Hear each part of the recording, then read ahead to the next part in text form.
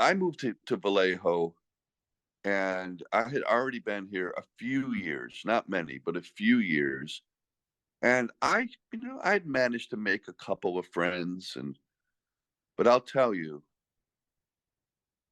fighting and beating this cement factory is the best thing that ever happened to me in my life.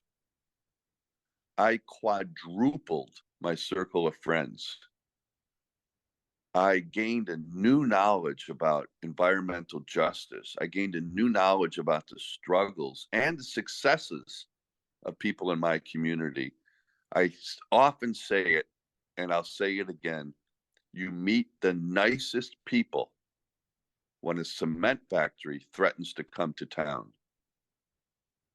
Yeah. Just being a part of this struggle changed my life then and changes my life to this day. I would say that at least once a month, someone will stop me on the sidewalk and say, "Hey, we really stuck it to him, didn't we?" I'm like, "Yeah, we really did. We really stuck it to him." I was one of them that was at the farmer's market fairly often. Yeah. And I remember one of the things we had there was a box of slag. Mhm.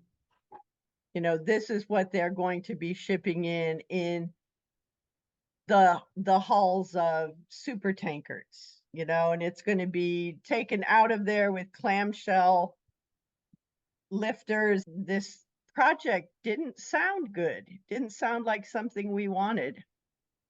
But primarily, I mean, what happened with Fresh Air Vallejo was Colleen Cole got us all together, about 30 strangers, and parceled out the draft EIR, which was about 800 pages with 3,000 pages of exhibits, not all of which were in English, and not all of which could be opened without an expensive CAD program.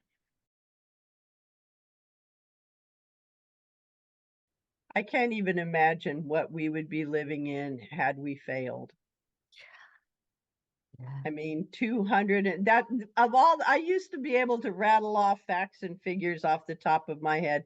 The only one I remember now is 275, because that's how many semis we would have had every day on our city streets that they were not obligated to maintain. So you think they're bad now? Holy buckets. Imagine that Mm. many semis every day. And then going up and down Lemon, because that was the only street that accessed Sperry Mill. Mhm. Another one of my heroes in this was Ed Ferris, who was the president of the Longshoremen's Union. And every time after the longshoremen joined Fresh Air Vallejo and came out against this, he would show up at every city council meeting and bring at least one or two guys with him and speak about it. And what I remember also at the press conference that they called down by the gates of Sperry Mill, and a reporter was asking him, your guys are the ones who would get this work, emptying these ships. So why are you taking this position against your guys making money? And he just looked at him and he said, not all money is good money. I love that. Yeah. I love that. Mm. I don't remember, in fact, how many. We got something like 60 organizations to join us against this. And those ties are still there to the Sunflower Alliance and Greenbelt Alliance and, different environmental organizations, because there's a lot of them in our area because of the refineries. Mhm. And then Valero also in Benicia. Yeah. Yeah. So, I mean, in some ways it was good for that. It brought a lot of people out of the woodwork, got a lot done. But the other big thing in it was the Department of Justice letter. Mm. The letter that they wrote at the end to the city of Vallejo that pointed out all of the completely inappropriate parts of the draft EIR and basically said, you're going to have to start over and do this again. At which point the landowners withdrew their appeal and the thing died.